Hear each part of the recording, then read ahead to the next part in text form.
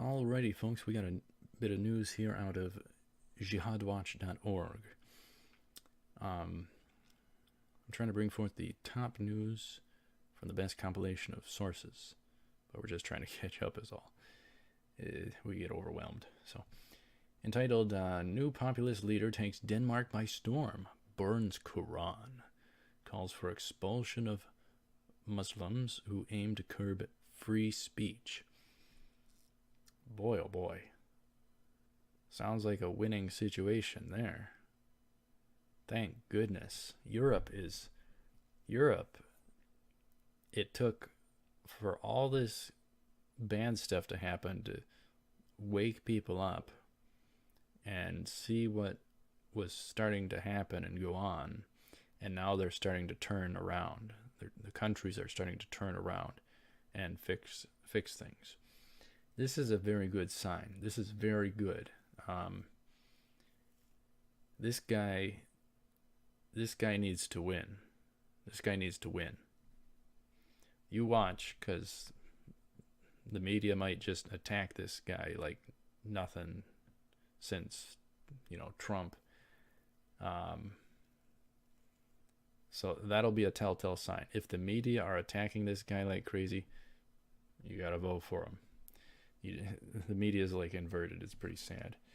I don't know how it is over there in Denmark, but it's just an assumption.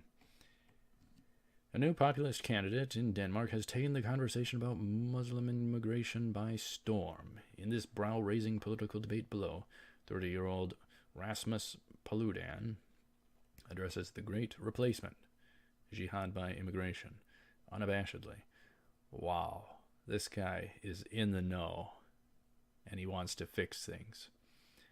Paludan, a lawyer, leads the political party Stram Kurs that he founded in 2017. The general elections in Denmark are in June, while elections to the European Union Parliament are in the last week of this month. Yeah, that stuff has already happened. Paludan has taken the public discourse about Islam to levels unseen in the political square, which includes his many antics like burning the Quran, wrapping it in bacon, and leading demonstrations which have turned into violent riots. He has advocated the expulsion of all Muslims who believe they can decide what the limit of freedom of expression should be, despite being quoted as stating that all Muslims should be expelled. Well, just hold up there. They believe, if you ask them or quiz them on anything, they believe in taqiyya, lying to non-believers to advance their belief. So, it's common sense. To save their country, they have to send them all back. Europe as well. The rest of Europe as well. It's common sense.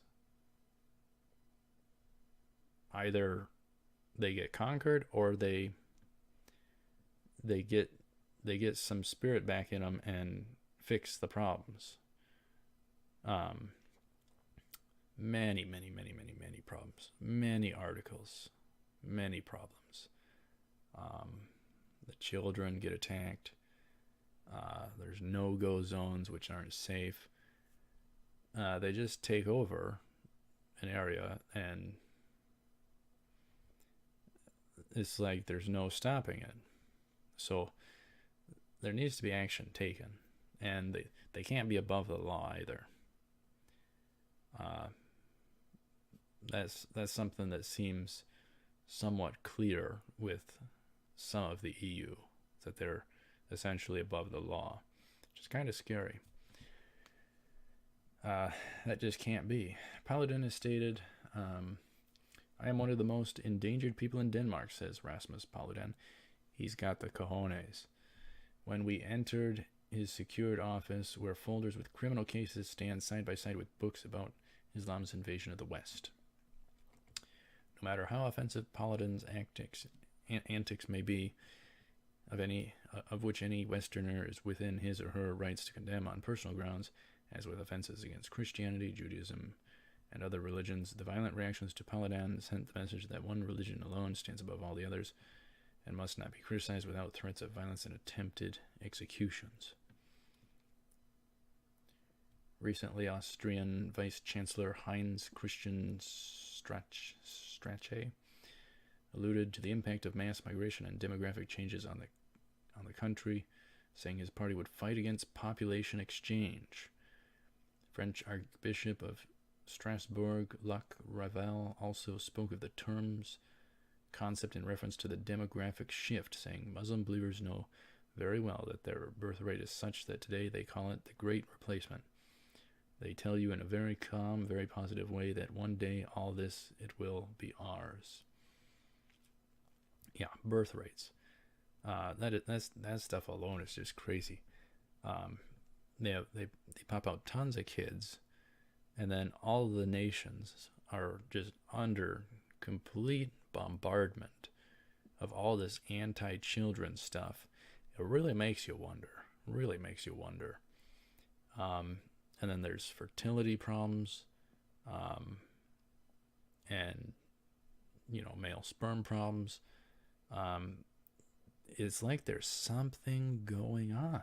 It's like there's a grand conspiracy or something. Anyhow, this guy sounds really good. He's being risky, but he sounds really good. He's got common sense in his noggin. Common sense.